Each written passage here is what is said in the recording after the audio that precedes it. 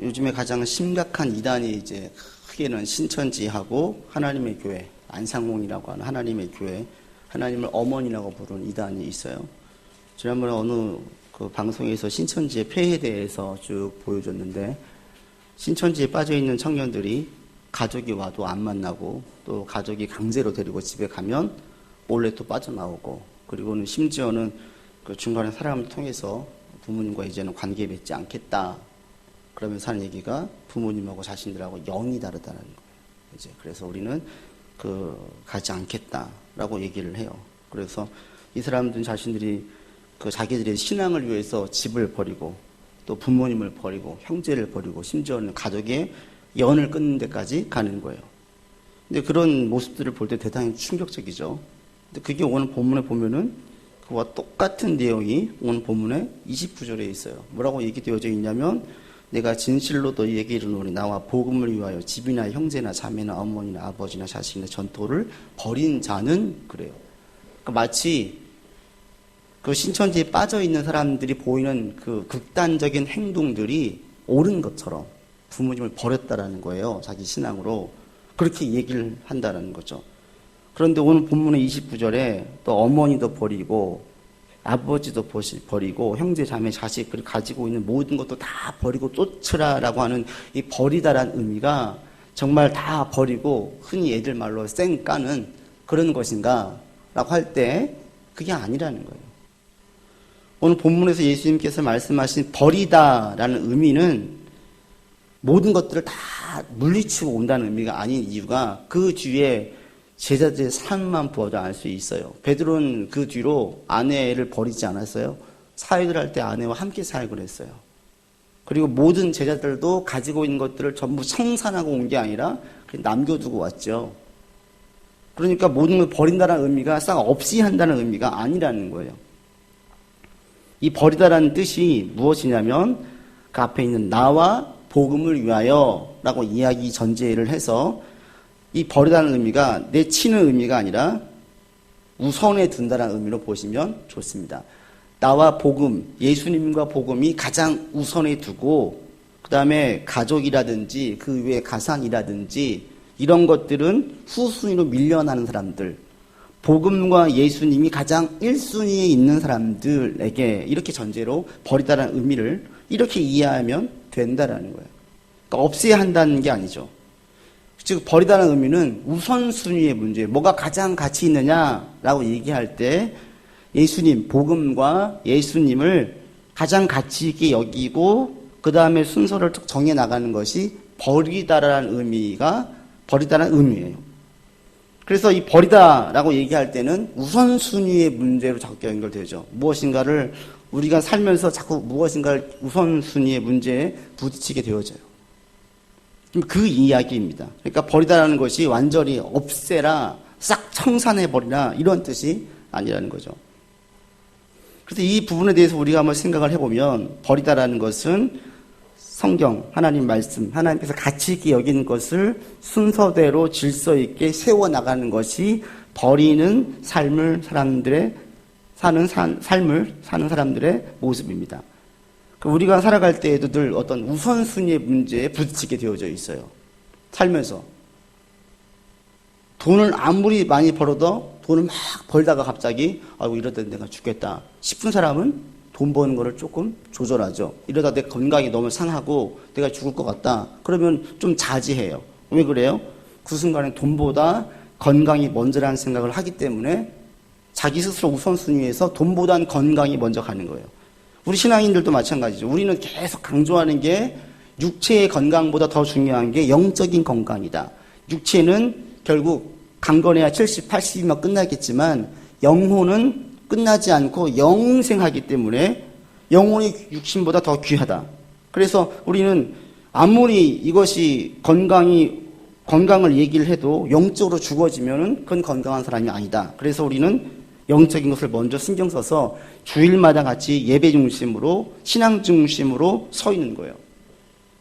보편적으로 볼 때도 아무리 친한 친구들과의 만남, 어떤 클럽과의 만남, 클럽에서의 어떤 만남이 있어도 가족보단 소중하지 않죠. 가족이 제일 소중해요.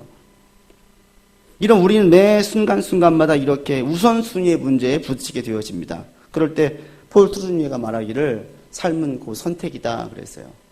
우리는 늘 무엇인가를 선택해야 돼요. 선택. 그럴 때 그 선택은 반드시 책임이 따르고 때문에 선택할 때에는 선택의 기준이 어떤 게 더 가치가 있느냐를 우리 스스로 다 평가하는 거예요. 선택하기 전에 여러분 다 그 생각을 하잖아요. 뭐가 더 지금 내게 가치가 있는가를 내 스스로 셈해보는 거예요. 그 다음에 한 가지를 택하는 거죠. 그리고 그 택하는 것에는 책임이 따른다는 거예요. 이것이 우리 인생에서는, 우리 일상에서 매우 자주 또 매우 쉽게 경험을 하고 이 선택이 또 우리의 삶에는 너무나 크고 작은 일들에 계속 영향을 끼치지요. 삶은 선택이다 라고 말했던 폴 트루니에가 이 정신과 의사이자 기독교 상담가인데 또 내과 의사이기도 한데 이분이 쓴 그 인간이란 무엇인가 라는 책에 보면은 이런 얘기가 나와요. 한 젊은 여자가 찾아왔어요. 복통으로 고생을 하고 있는데 선생님에게 오기까지 제가 10명의 의사를 만나봤습니다. 10명의 의사가 다 진료를 하고 난 다음에 건강상의 문제가 없다라는 거예요. 신경성이라는 거죠. 근데 자기는 지금 육체가 아직 복통이 계속 있기 때문에 죽겠다라는 거예요. 와서 이야기를 하다가 이분이 폴 트루니에가 물었어요. 당신이 성장하는 것을 방해해 온 사람이나 사건이 있습니까? 그러니까 이분이 잠시 생각을 하다가 어머니 말씀하시는 건가요? 라고 얘기를 하는 거예요. 자기 어머니는 항상 자기를 어린애 취급한다는 겁니다. 2번 약혼을 했었는데 결혼식 날짜가 다가올 때마다 어머니가 병에 걸렸고 그래서 결혼식을 연기하고 그리고 어머니는 자기가 돌볼 수밖에 없다는 강한 의무감이 있어서 어머니를 돌봤다는 거예요. 그리고 약혼을 파기했던 그 남자들은 지쳐서 약혼을 연기했던 남자들은 지쳐서 약혼을 파기했대요. 그리고 지금 3번째로 또 약혼을 했어요. 그런데 또 지금 이때 엄마가 또 아프신 거예요. 그런데 자기는 복통이 온 거예요. 모르겠는 거죠. 그래서 폴 트루니에의 신앙인이 성경에 남자는 부모를 떠나서 아내와 합하여 결혼하여 한 몸이 될지라 이 말씀이 있지요. 예, 알고 있습니다. 그러면 이 말씀 그대로 말씀을 설명한 다음에 이분이 얘기했어요. 둘 중 하나를 선택해야만 합니다. 남편을 택하든지 어머니를 택하든지 선택해야 합니다. 그리고 이분이 약혼자를 불렀어요. 그 다음에 어떤 희생을 치르더라도 결혼식을 연기하지 마십시오 라고 얘기를 했어요. 그리고 그 여인의 어머니에게 장문의 편지를 보냈어요. 그리고 어머니는 이 의사의 편지를 호의적으로 받아들였습니다. 결혼식은 잘 치러졌고 수개월 후에 이 여인이 의사를 찾아와서 하는 말이 복통이 나았습니다. 그랬대요. 그러면서 여기에 대한 진단을 이 폴 트루니에가 하기를 이 여인은 선택을 하지 않으려고 한 것이고 그 선택을 미룬 이유는 어머니가 계속 미루게 했다라는 거예요. 아이라는 건 한 것 같은데 자녀가 성장하지 못하도록 방해하는 어머니는 이기적이고 권위적이고 못된 어머니가 아니라 자녀를 잘 키우려고 노심초사하는 어떤 실수나 실패도 감싸주는 위험에서 보호해주는 훌륭한 어머니인 경우가 훨씬 많답니다. 그러니까 자녀에게 선택할 수 있는 기회를 안 주는 거예요. 엄마가 다 선택을 해버리고 다 보호해버리는 거예요. 그러다 보니까 아이는 크면서도 엄마에 대한 의존적이 되어지고 이런 관계가 마치 모녀간의 대단히 좋은 관계로 착각한다라는 거죠. 여기에서 이 사람이 멈췄다. 그러니까 선택을 해야 되는데 선택을 못했고 선택에는 반드시 책임이 따르는데 그 책임을 따르지 않기 위해서 선택을 미루는 거고 그 증상이 이분에게는 복통으로 온 거예요. 선택에는 책임이 있습니다. 이렇게 우리가 매 우선순위를 먹일 때 이것이 우리 일상에 계속 영향을 준다라는 거예요. 그럴 때 예수님께서 말씀하신 버려라, 이것은 우리 신앙으로 말하면 우선순위를 바로 새겨라, 이런 의미예요. 여러분 가운데도 무엇인가를 선택할 때는 늘 어떤 기준이 있는데 성경에서는 그것을 나와 복음을 위해서 신앙을 먼저 으뜸에 둔 다음에 나머지를 바로 세우면 그게 바르게 버리는 삶이라는 겁니다. 여러분에게도 이런 모습들이 있기를 바라고 우리가 순간순간 살면서 혼동하고 헷갈릴 때가 있는데 그럴 때마다 신앙의 근거에서 바르게 버리고 바르게 질서를 세울 수 있는 여러분들이 되기를 바랍니다. 이게 이제 신앙인들의 유익이죠. 왜? 성경에서 이야기하는 가치는 변하지 않아요. 항상 일관적이죠. 가장 중요한 것은 영혼인 거예요. 그 다음에 하나님과의 관계성, 이웃과의 관계성을 절대로 중요하게 여기고 있습니다. 이런 가치들을 먼저 우선순위에 두고 나머지를 세워나가면 제대로 된 이런 가치 평가 기준에 근거해서 더 큰 가치에 더 큰 올바른 선택을 하고 이 선택들이 쌓이면 그게 자연스럽게 행복으로 나와요. 여러분 가운데 이런 결단들, 이런 지혜들이 이 예배 때마다 계속 있었으면 좋겠습니다. 무엇인가가 혼동이 되었어요. 헷갈렸었어요. 그런데 예배를 드리고 말씀을 가까이 하면서 확고해졌어요. 무엇이 먼저인지, 무엇이 진짜인지 분별해지면 그게 바로 오늘 말씀하신 버린다라는 의미를 실제 자기의 삶에서 실천하면서 살고 있는 것입니다. 그래서 신앙인으로 버린다, 이것은 가치체계를 바로 세운다라고 볼 수 있습니다. 그럴 때 이렇게 버리면, 바로 세우면 이 논란이 되는 문제가 30절이에요, 사실은. 여러분 30절 보십시오. 같이 읽겠습니다. 현세에 있어 집과 형제와 자매와 어머니와 자식과 전토를 100배나 받되 박해를 겸하여 받고 내세에 영생을 받지 못할 자가 없다. 현세에 뭘 받아요? 복을 100배나 받는다. 100배나. 이게 이제 제가 주석책을 보면서 웃긴 게 어떤 분은 현세라는 말 때문에 이것은 천년왕국시대에 받을 거다. 또 어떤 분은 이것은 나중에 천국 가서 받을 거다라고 이야기하는데 현세라는 말이 있는 거예요. 지금 이 시대에 100배를 받는다는 겁니다. 이거 어떻게 이해해야 될까요? 버리면 받는다. 구약에는 실제로 이런 일이 있었어요. 아브라함이 하나님 말씀을 따라서 나갔을 때 100배가 뭐예요? 훨씬 1000배, 1000배의 큰 부유한 부자가 되었습니다.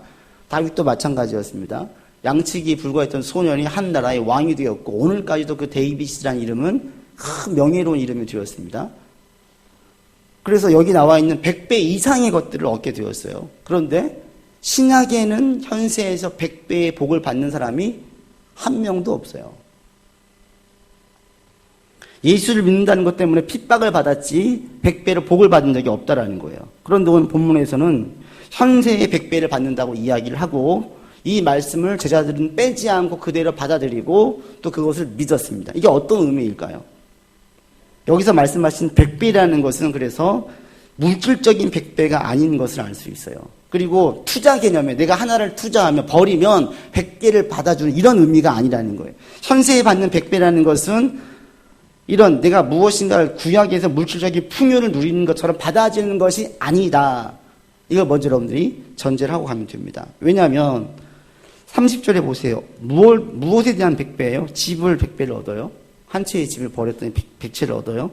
전토도 그럴 수 있어요. 그런데 이해가 안 되는 게 형제를 100명을 얻어요. 자매를 100명을 얻어요. 또 어머니를 100명 얻을 수가 있어요. 자식도 100명이 되어져요. 여기서 이건 말이 안 되는 거예요. 그러니까 이것은 물질적인 그 보상, 그대로의 보상이 아니라는 것을 알 수가 있습니다. 그리고 오늘 본문에 있는 볼 때 또 한 가지 29절과 30절의 차이가 있어요. 버린 것들을 보시면 몇 가지를 버려요? 집, 형제, 자매, 어머니, 아버지, 자식, 전토. 7개예요. 근데 100배 받는 건 뭡니까? 집, 형제, 자매, 어머니, 자식, 전토. 몇 개예요? 6개예요. 한 개가 빠졌어요. 뭐가 빠졌어요? 100배 보상에서 한 개가 빠졌습니다. 무엇이 빠졌어요? 아버지가 빠졌어요. 아버지는 100배 보상에서 안 들어가져 있어요. 이게 뭘 의미할까요? 여기서 아버지는, 뒤에 나오는 아버지, 보상에 대해서 아버지는 하나님을 말해요. 하나님은 100배를 얻을 수가 없죠. 하나님은 한 분이시지요. 그러니까 하나님은 보상이 안 되는 거예요. 본문에 말한 100배 보상을 어떻게 이해해야 될까? 예수님 사역과 그 초대교회 때의 모습을 보게 되어지면 이 100배의 모습이 실현되어진 일들이 있었습니다. 예수님께서 십자가 지시기 전에 가상칠언이 있습니다. 십자가 지시기 전에 했던 일곱 말씀. 그 중에 하나가 뭐예요? 사도 요한에게 보라 어머니다 그래요. 그리고 마리아에게는 아들입니다 그래요. 예수님께서 십자가 지실 때 새로운 아들과 새로운 어머니의 관계를 맺어주시는 거예요. 그리고 요한은 실질적으로 마지막까지 마리아를 보살폈다고 전해집니다. 그리고 예수님 또 한 번 이런 적이 있어요. 사람들이 이 얘기합니다. 지금 밖에 당신의 어머니와 동생들이 와 있습니다. 그래서 예수님께서 하시는 말씀이 누가 내 어머니면 누가 내 동생이면 누가 내 식구냐? 하나님의 뜻대로 하는 자가 내 형제요, 내 자매요, 내 모친이다 그래요. 그러면서 새로운 식구 개념에 대해서 설명하세요. 누가 내 어머니냐? 밖에 있는 어머니가 내 어머니냐? 아니래요. 밖에 있는 식구들이 내 식구냐? 아니라는 거예요. 바로 100배의 보상을 이 관점에서 이해할 수 있습니다. 예수님을 믿으면 어떻게 이런 100배를 받습니까? 그것은 사실은 신앙 안에서 새로운 신앙 공동체 속에서 얻어지는 유익을 말하는 겁니다. 하나님을 한 아버지로 교회 공동체에 들어오게 되어지면 거기서 새로운 어머니, 새로운 형제, 새로운 자매, 심지어는 집이나 전도까지도 새로운 것들을 100배를 얻어진다라는 거예요. 어머니가 없었어요. 교회 안에서 신앙생활 하다 보니까 어머니를 만나게 된다라는 거죠. 쭉 교회 속에서 이루어지는 참된 성도의 교제, 세상에선 경험할 수 없는 참된 공동체의 모습을 교회에서 경험하게 되어지고 이런 유익이 있다 이 말씀이에요. 그 초등학교 동창이나 중학교, 고등학교 동창을 만나면 아무리 오랜만에 만나도 대단히 그 친밀함이 있습니다. 자연스러워요. 그리고 어떤 예의나 형식에 구애받지 않고 편안하게 얘기가 오고 갈 수 있어요. 그런데 대학 이상의 친구들을 만나면 그렇지 않아요. 차이가 뭔지 아세요? 초등학교 때부터 고등학교 때까지 친구들에게는 서로 이해관계가 없어요. 이해관계로 맺어진 사이가 아니에요. 이해로 맺어진 관계가 아니에요. 그런데 대학부터는 서로 이해관계를 따져요. 그러죠? 대학 때부터는 내가 그냥 자연스럽게 만남이 이루어진 게 아니에요. 분명한 목적이 있어서 거기에 가서 사람을 만나게 되었고 그 다음에 어떤 무엇인가 모임 하나 들어갈 때마다 분명히 이해관계를 따지면서 그 모임에 들어가요. 그게 대학 때부터 있어요. 그래서 대학 이후의 사람들에게는 그런 고등학교 때까지의 친밀한 관계가 없죠. 이것이 사회에 나가면 이 현상은 더 심화되어져요. 이해관계를 따지는 것이 지극히 당연시 되어집니다. 제가 지난번에 읽었던 어떤 기사에 이런 내용이 있더라고요. 요즘 젊은이들은 점심을 혼자 먹는 젊은이들이 더 늘어나고 있다. 왜 그러는가 했더니 어떤 사람들이 혼자 먹냐. 하루에 수백 명의 사람들, 고객을 만나는 사람들은 점심은 혼자 먹고 싶대요. 하루에 수백 명을 만나요. 그런데 이 만남이 진정한 만남이 아니다 보니까 지치는 거예요. 그래서 점심시간만이라도 그런 이해관계 안 따지고 예의 형식 안 따지고 내 혼자 편히 먹고 싶은 젊은이들이 많아지고 있다라고 이야기하며 직장인을 소개한 기사를 본 적이 있어요. 이런 관계는 나를 피곤하게 만들죠. 나를 힘들게 만들어요. 계속 긴장하게 만들어요. 이게 사회생활이에요. 이것을 당연하게 정상적으로 받아들입니다. 그런데 우리가 늘 공경하는 만남은 뭐예요? 초등학교 친구들, 중학교 친구들, 고등학교 친구들 만나면 너무 좋은 거예요. 너무 편한 거예요. 꾸밀 것도 없어요. 가식도 없어요. 근데 그런 만남들이 바로 건강한 교회, 건강한 성도들이 모이는 모임에서는 이 관계가 형성된다는 거예요. 지난주에 미국에서 목회하고 있는 친구와 카톡을 주고받았습니다. 신학대학원에서 만난 친구예요. 친해졌어요. 그리고 이제 만나면 시간이 그 뒤로 점점 없어요. 그런데도 지금도 그 친구와 저의 관계를 볼 때에는 여기 나와 있는 오늘 본문에 있는 100배를 얻어지는 형제와의 관계를 그 친구가 맺고 있어요. 지난주에 카톡 내용 중에 보다 제가 오늘 설교 준비하면서 인용하면서 혼자 웃었는데 그 친구가 쓴 문자가 이런 문자가 카톡에 있었어요. 네가 기뻐하니까 나도 기분 좋다. 별로 와닿는 게 없으세요? 이 얘기만 들으면 어떤 느낌이 드세요? 네가 기분 좋으니까 나도 기분, 무슨 연인도 아니고 40대 중반에 그 남자들이 주고받는 문자 내용이 이런 문자라는 거예요. 목회 잘 되니? 힘들지 않니? 이러다가 제가 어떤 부분에서 기쁘다라고 얘기했더니 그 친구가 쓰는 문자가 이거. 네가 기뻐하니까 나도 기분이 좋다. 저 무슨 관계예요? 그냥 내가 잘 되어지는 것, 내가 마음이 기쁜 것이 그 친구에게도 같이 기쁨이 전달되는 것. 이게 진정한 관계죠. 이게 바로 오늘 본문에 나와 있는 100배로 얻어지는 형제의 관계예요. 아무런 목적도 없이 아무런 이해관계도 없이 그냥 그 친구가 진심으로 잘 되기를 바라는 것, 건강하기를 바라는 것, 무엇인가가 풀려지기를 바라는 것. 저도 그 친구의 문자를 받을 때 그냥 그 친구의 마음이 전해져가지고 위로가 됐어요. 힘을 얻어요. 그런 친구가 옆에 있다는 것이 저에게 큰 위안이 되어집니다. 성경에 보면 바울에게는 엄청나게 많은 형제와 자매, 본문에 나와 있는 100배의 식구를 얻었어요. 바울은 죽을 때까지 독신으로 살았습니다. 그가 예수 믿기 전에 결혼했는지 안 했는지 모릅니다. 그러나 그 이후로는 독신으로 살았습니다. 그리고 이 바울에게는 많은 형제와 자매와 어머니가 있었어요.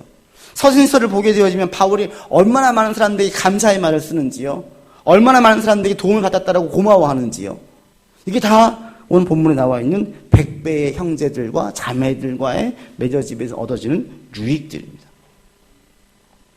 제가 오늘 본문을 준비하면서 우리 교회 식구들을 볼 때 감사했습니다. 어쩌면 우리 교회 안에도 이런 모습들이 지금 있구나라는 생각, 그런 모습들이 보일 때마다 감사했습니다. 하나님은, 아버지는 우리에게는 한 분인데 장로님을 아버님처럼 모시는 지체들이 많이 있어요. 네. 아버지는 하나님 한 분뿐입니다. 그럼에도 정말 어쩌면 아버지처럼 관심을 두고, 또 우리 지체들 가운데 서로 얽히고 설키면서 관심을 두고 이제 지체들의 관계망들이 점점 깊어지고 또 넓어지는 것들을 볼 때 감사했어요. 우리 교회 특징은 막 나서서 활발한 지체들이 별로 없어요. 다 얌전해요. 차분해요. 그런데 어느 순간 그런 모습들이 서서히 스며들어가 있어요.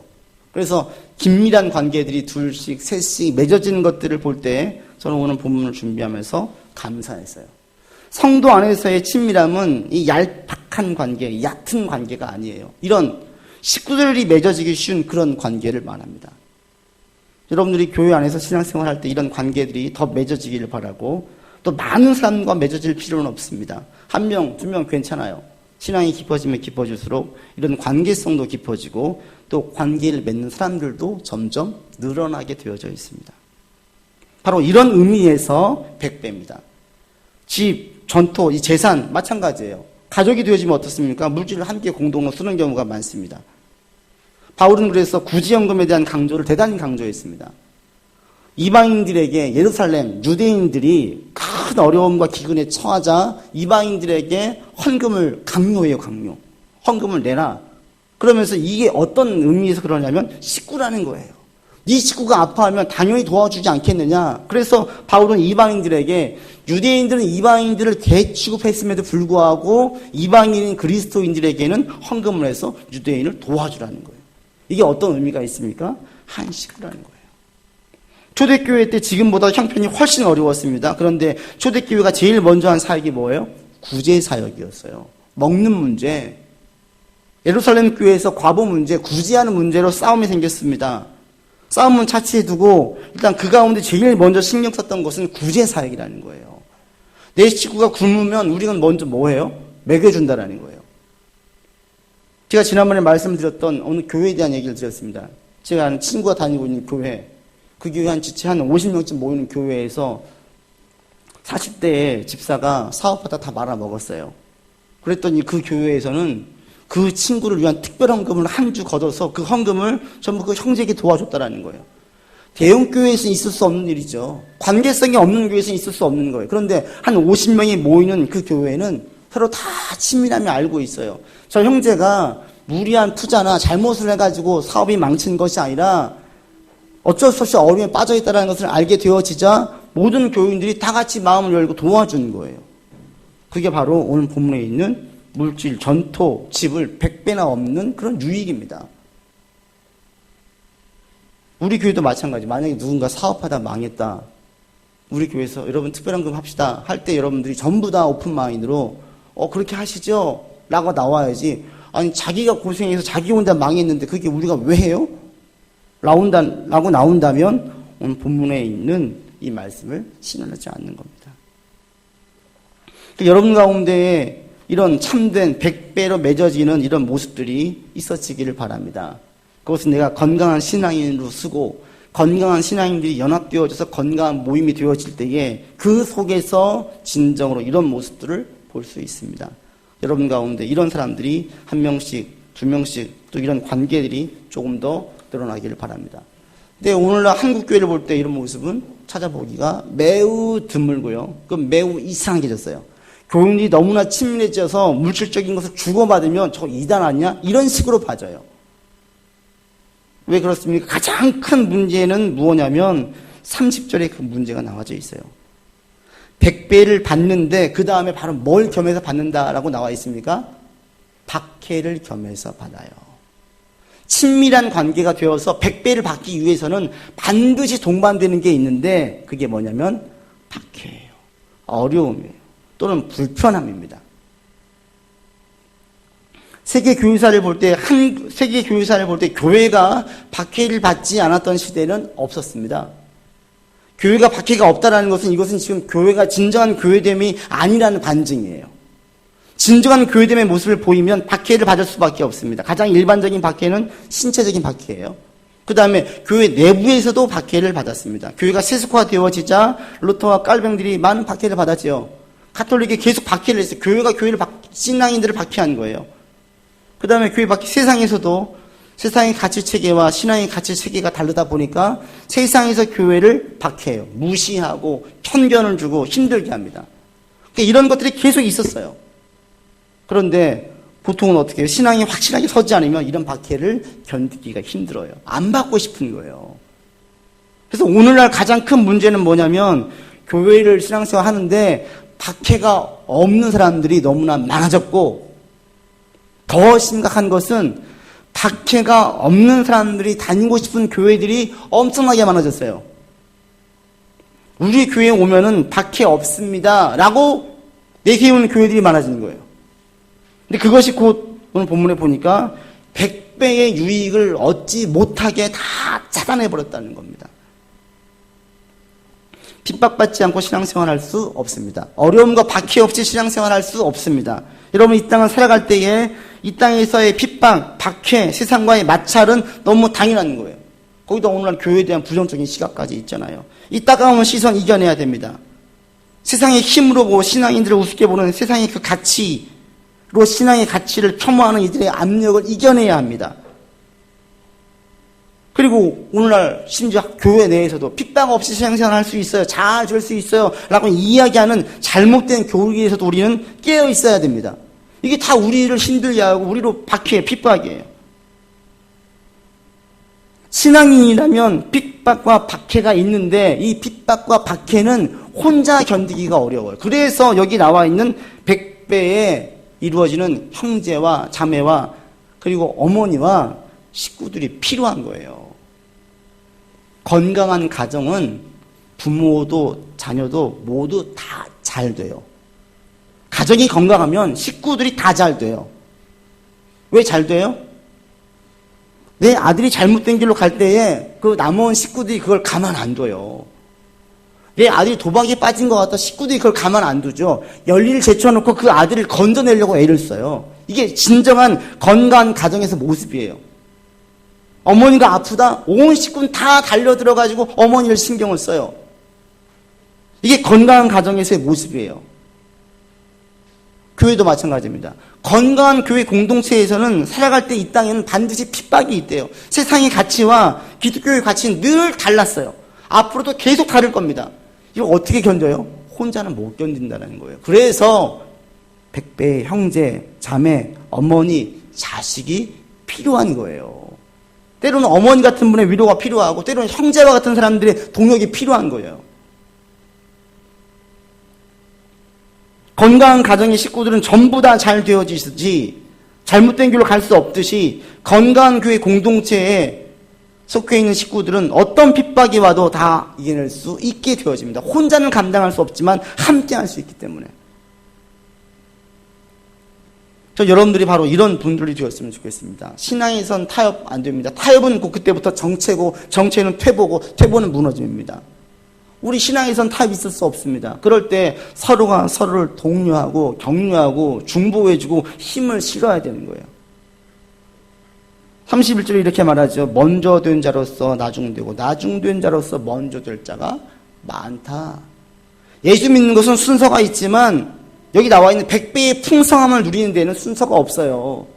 나중에 믿었지만 올바르게 믿게 되어지고 그 올바르게 믿는 사람들과의 모임을 가지게 되어지고 그런 교회에서 있어지게 되어지면 사이즈에 상관없이 신앙 연수에 상관없이 이 풍성함을 누릴 수 있습니다.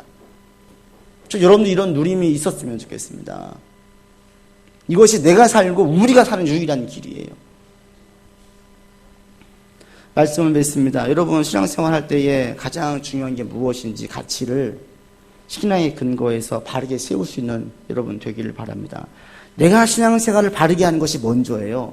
그리고 내가 바르게 하면서 바르게 한 사람들과의 모임이 있어지고 그런 사람들이 모여져서 교회가 되어지면 오늘 본문에 나와 있는 29절로 31절까지 있는 100배를 받는 유익이 우리에게 있어집니다. 여러분들에게 이런 유익이 있어서 박해를 겸해서 받는 이 박해가 내게 올 때 이것이 우리에게 내성이 생겨지게 하고 연단이 되게 하고 내 신앙을 더욱더 강화시키게 만드는 하나의 단계로 삼을 수 있는 저와 여러분 되기를 바라서 여기 우리 교회 모든 분들은 전부 다 먼저 된 자들, 나중에 믿었든 먼저 믿었든 전부 다 이 풍성함 속에서 함께 유익을 누려가는 우리 모든 샬롬의 식구들 되기를 주 이름으로 권면을 드립니다. 기도합시다. 주 예수를 믿을 때에 100배나 받는다라고 말씀합니다.